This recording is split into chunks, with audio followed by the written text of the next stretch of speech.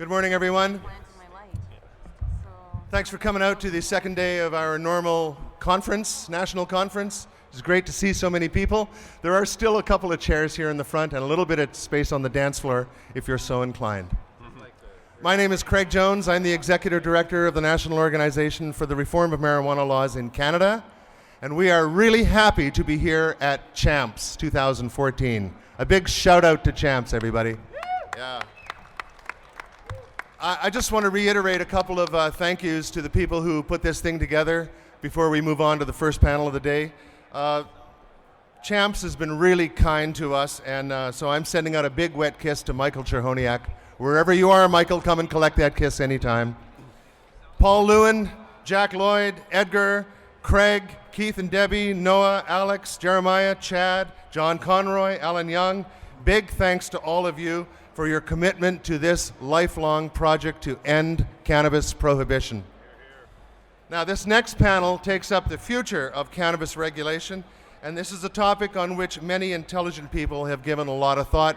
You're going to hear from some of them this morning, and now it's my pleasure to turn over the moderating task to my friend Jack Lloyd Mann. Take it, Jack. So I'm Jack, I'm with NORML Canada, and we're going to be basically going over ideas about how to actually write legislation for legal cannabis. So initially I was going to introduce everyone, but I think it might be better if everyone introduces themselves, and then we can make sure it covers everything. So we can begin with Kirk.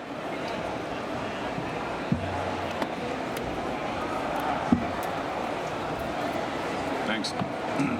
Thanks, Jack, and thanks to NORML Canada for putting this panel together and putting on this spectacular conference so far.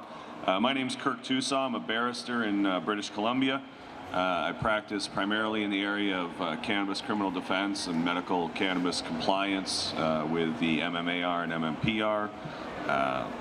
I also am on the board of directors of NORML Canada. I'm very privileged to be a part of that organization, as well as the British Columbia Civil Liberties Association and the Sensible BC Society, which operated a ballot initiative in British Columbia recently, attempting to remove the criminal enforcement of simple possession laws. This says I've written and spoken extensively on issues related to drug policy, privacy, religious freedom, and criminal justice policy. I suppose that's probably somewhat true. And I'm really excited to be here at NORML Canada. The issues that we're discussing are near and dear to my heart and have been since I was a teenager, struggling with the prohibition laws from a different context than I am now. I've been privileged to be a part of some very interesting pieces of litigation and tell some really, really good stories on behalf of my clients, including the Barron case, which altered the MMAR, the Smith case, which in British Columbia has authorized medicinal patients to produce, possess, consume marijuana in forms other than dried marijuana,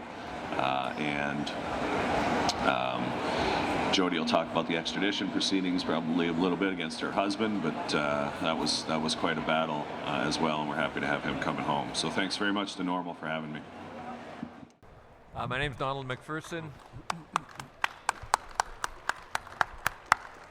I always get preempted by the clapping for Kirk at these things. My name's Donald MacPherson, the Executive Director of the Canadian Drug Policy Coalition. We're a national network established about 3 years ago. A national network of organizations and individuals working to improve, replace, reform Canada's drug policies. We're based in Vancouver, and we're working on a series of policy papers which are on our website, drugpolicy.ca. And we're working on a cannabis brief. I think going forward, what is the old saying? There are two things you do not want to see happen, or you do not want to watch being made: sausages and policy. So the next 2 to 3 to 4 years is going to be the sausage factory of policy, and perhaps some of the folks on this panel, I hope we can sort of start to throw into the mix some of the tensions, some of the places we want to get to, and maybe some of the trade-offs we've seen being made in Washington, Colorado, and Uruguay in terms of getting across the finish line. So I was also the drug policy coordinator for the city of Vancouver, and so have a little bit of background around zoning issues and those sorts of issues that are going to arise through any development of cannabis policies. So thank you, and thank you for NORML for putting this on.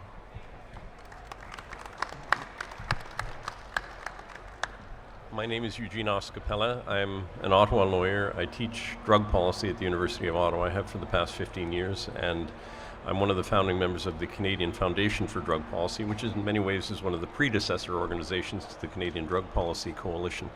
I started working on drug law reform in 1988, and I thought it was just a matter of explaining the simple logic of the futility of prohibition.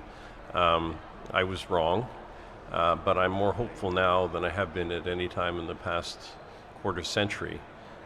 So I think there's some real hope now, and I do want to talk about some of the broader policy issues involved in where we go from here now. Thank you, and thank you to NORML for arranging this. This is a discussion worth having. Thank you.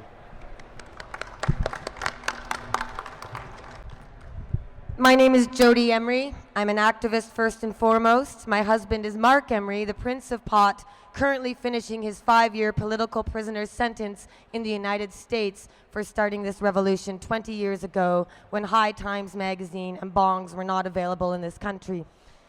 I'm the owner of CannabisCulture.com, Pot TV, Mark Emery's Cannabis Culture headquarters store, and the BC Marijuana Party Vapor Lounge. I run for the BC Green Party in 2000, or BC Marijuana Party in 2005 and 2008, the Green Party in 2009, 2013, and I've been asked to run for local government twice, and also I have an opportunity for a federal run possibly. So I'm a public spokesperson, a politician, a rabble-rouser, but first and foremost I think of myself as maybe a high-profile example of a victim of the drug war, in that you guys have not seen my husband Mark for over 4 years, and maybe in a couple months he'll be here. But at least I've been able to travel around Canada and the US talking about the actual human cost of the drug war. We can talk about the dollars of enforcement, we can talk about the taxes we can raise, we can talk about lots of numbers. I don't have those numbers. All I can tell you are the tears I see on the children's faces in the prison, and the way I try and stay strong too, so I can be a strong example for all the other women out there who are losing their husbands and losing their families. So that's what I'm here for. I'm Jodie Emery. Google me if you want to know more, I guess.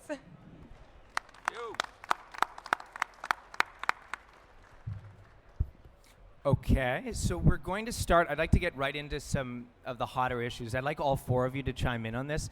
So one of the main issues for writing legislation for the legalization of cannabis is age of use. So how old do you need to be in order to purchase, consume, or possess cannabis? So we could start on the right, if you'd like, Kirk. And just your thoughts. Well, it's certainly a controversial topic. The Senate of Canada, in its seminal report on public policy and appropriate policy around cannabis, published in 2002, suggested that the age of lawful use for Canadians ought to be 16, and the basis for that was a realization that A, prohibition doesn't work and therefore isn't actually preventing minors' usage of cannabis in the first instance, and B, that it's in fact the criminalization of cannabis, the imposition of a criminal record that caused the most harm, even to youthful consumers.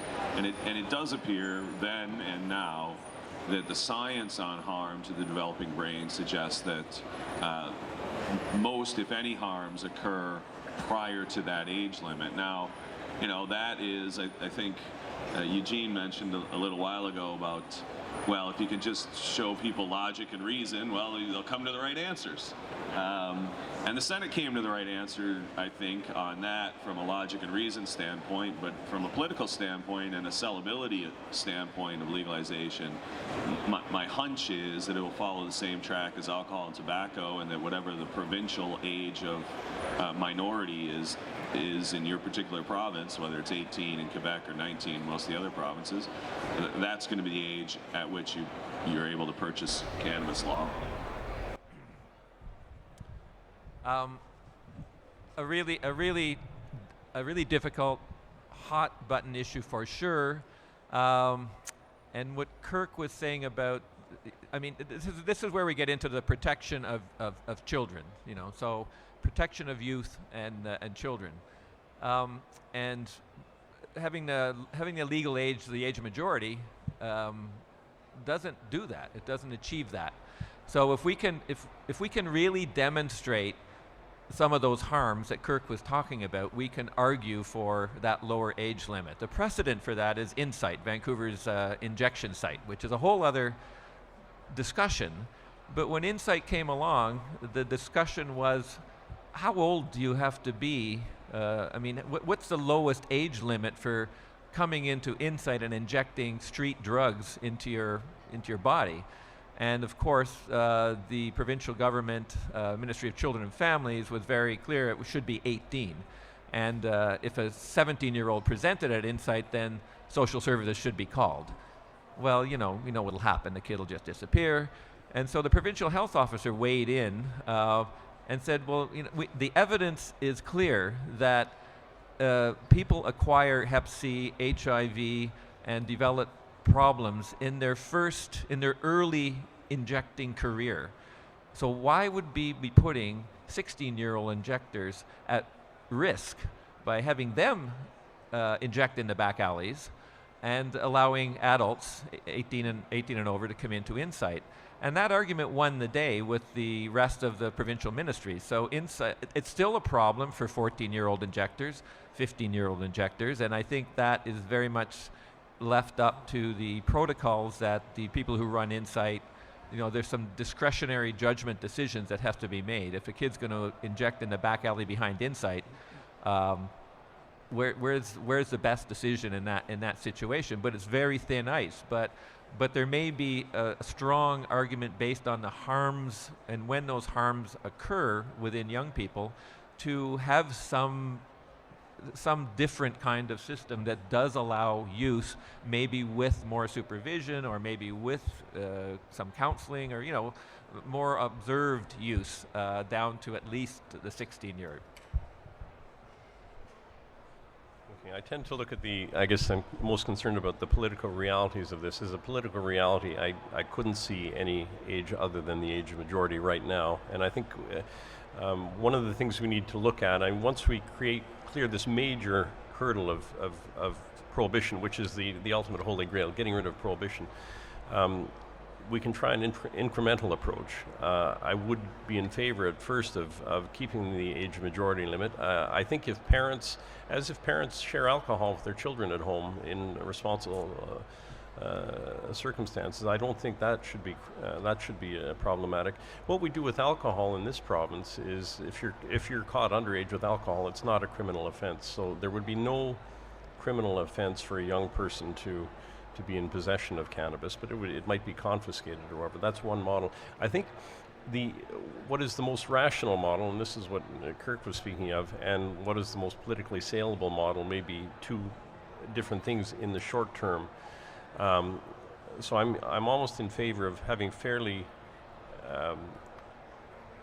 acceptable levels of control to the broader public as an initial position, and then we can play with that through policy and regulation. But the main thing is to get rid of the fundamental issues, to get rid of the criminal law, no matter what age is involved.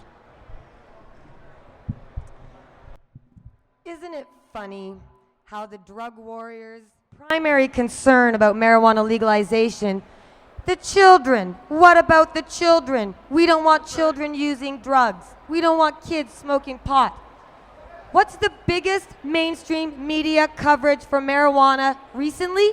Sanjay Gupta talking about children using marijuana. We have conservative U.S. states legalizing medical marijuana for children because they know it works. So why can kids have cannabis and yet kids can't have cannabis with THC and adults can't have any cannabis at all? It doesn't make sense that the drug warriors' primary argument is the number one convincer of everybody right now, with Sanjay Gupta talking about children and marijuana. In a dreamland, yes, everybody should use marijuana. Children can use marijuana. Women should use marijuana while they're pregnant to give birth to happy, healthy children. But we're not in a dream world. Initiative 502 in Washington State, not perfect, but I'll take anything over nothing. We live in a world where there will be age limits. There are age limits to alcohol that vary from state to state, and provinces can make different rules for different age limits for various things too. There's no reason why people need to get set up on one age limit and think it will never change. Everything in the world is always changing. We do not need to fear small steps while we wait and wish for bigger steps. I will not accept constant beating if I'm offered 1 hour less of being beaten. I will take any small step for any reduction in punishment. And I know some people think, oh, we shouldn't support that legislation. Oh, that's not real legalization. Oh, it could be better. Oh, it could be this. Well, you know what? If you want to stay in complete prohibition with the status quo, you're welcome to. But if I am being beaten with an iron bar for 24 hours a day, and I wish I wasn't being beaten at all, and the only option I actually have at the time is to get beaten for an hour less a day, I'm going to take that hour less of beating, and I'm going to keep begging and fighting to be free from any beating at all. But I'm going to take what I can get. So when it comes to the age limits of cannabis, everybody should be able to use it. It's a plant that saves lives. There should be no rules, no taxes, no restrictions. I believe in that. But I'm also a realist. I also understand the way policies are. I know that Washington State would not have passed legalization if they did not have the rules that they had in place. They knew it too. But they'll take something over nothing. If Washington had not joined on board with their crappy legalization, we would not see the change around the world we're seeing now. Colorado would have been ignored as a one-off state of a one-off experiment. But 2 states, that was the importance. Small steps get you somewhere. They didn't end slavery and elect a black president, and women today are still fighting for equal pay. So don't give up thinking, oh, that's not perfect. We all have a vision of what's perfect, and we're never going to get there in the world we have now. So take any little bit of goodness you can, and if that means an age limit of 16 like the Senate suggests, or 18 or 19 like you can buy smokes and booze, so be it. But we can accept that and accept we still have more work to do, and even long after we're dead and gone, our fight will continue because the prohibitionists will never give up, and our side will never give up. It's not a finish line. It's not an end goal. It's always going to change, so just do your part so when you're dead and gone, at least you lay down some bricks on that path to some freedom.